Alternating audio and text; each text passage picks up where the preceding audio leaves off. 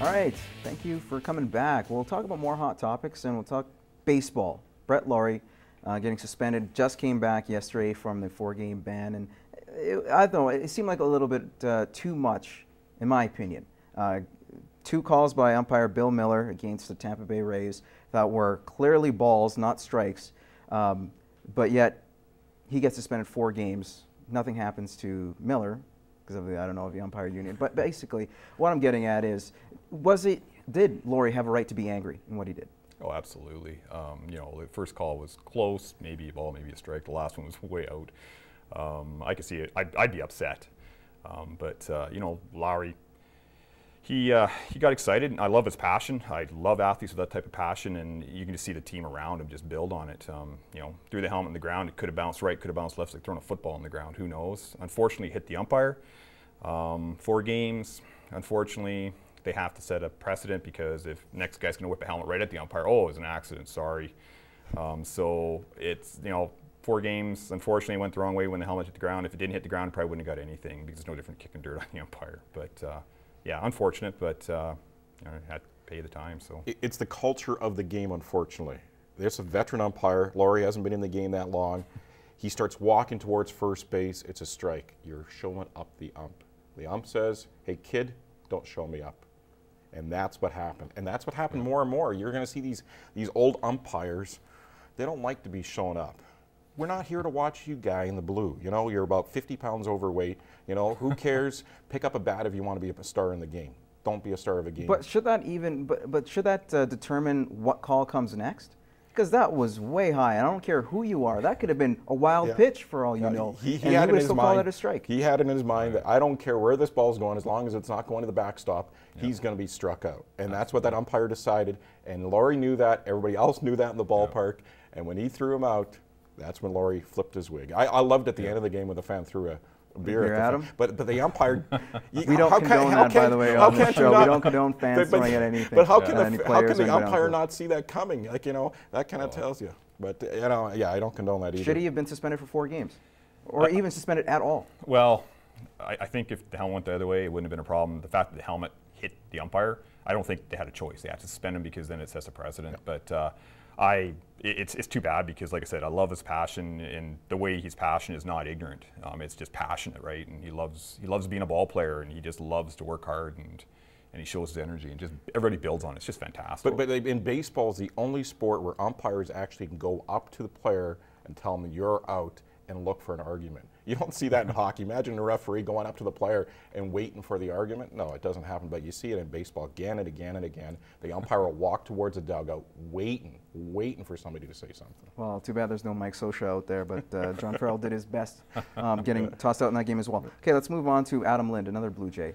Really struggled, had a lot of high hopes for him. Now cleared waivers, actually. Does this guy have any chance coming back to the Blue Jays, or is he done? No. You know, unfortunately, I don't know if anybody's going to pick him up. His contract's, what, $10 million over the next 2 years or something. It's 4 this year and 5 next year. Yeah, it's huge. It's I don't know, Toronto has this habit of picking up these players every once in a while for a huge salary, like Jeff Finger with the Maple Leafs. That didn't make sense either. But you know, the guy, they showed a couple of highlights throwing him, booting the ball in Vegas. So, like, you know, if he's struggling down there, they're going to have a tough time bringing him back. And they got guys like Gnomes coming up who can probably play that position. So it's a long road. Is it 100% no? But I'm guessing probably 99% that he isn't coming back. And they got Vladimir Guerrero right now getting ready in Dunedin.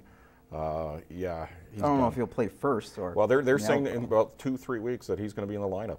They're going to give him a try. And I could see him as a DH, but I don't see him if he has as much speed. They really don't have a first baseman in Toronto right now. And Adam Lind was not a first baseman. Nope. He bumbled the ball. He booted the ball. He had a good year 2 years ago, struggled last year, and they knew right from the get-go this season that he wasn't in shape. He didn't come into camp in shape, and he struggled badly. Well, and they're talking maybe the Yankees might be interested in picking him up, and I think the Blue Jays would be very welcome to that. But you never know. There could be a trade in the works, because the way that this was handled is kind of strange, because Lind never knew he was placed on waivers until the media called him. Yeah. He wasn't contacted by the Blue Jays.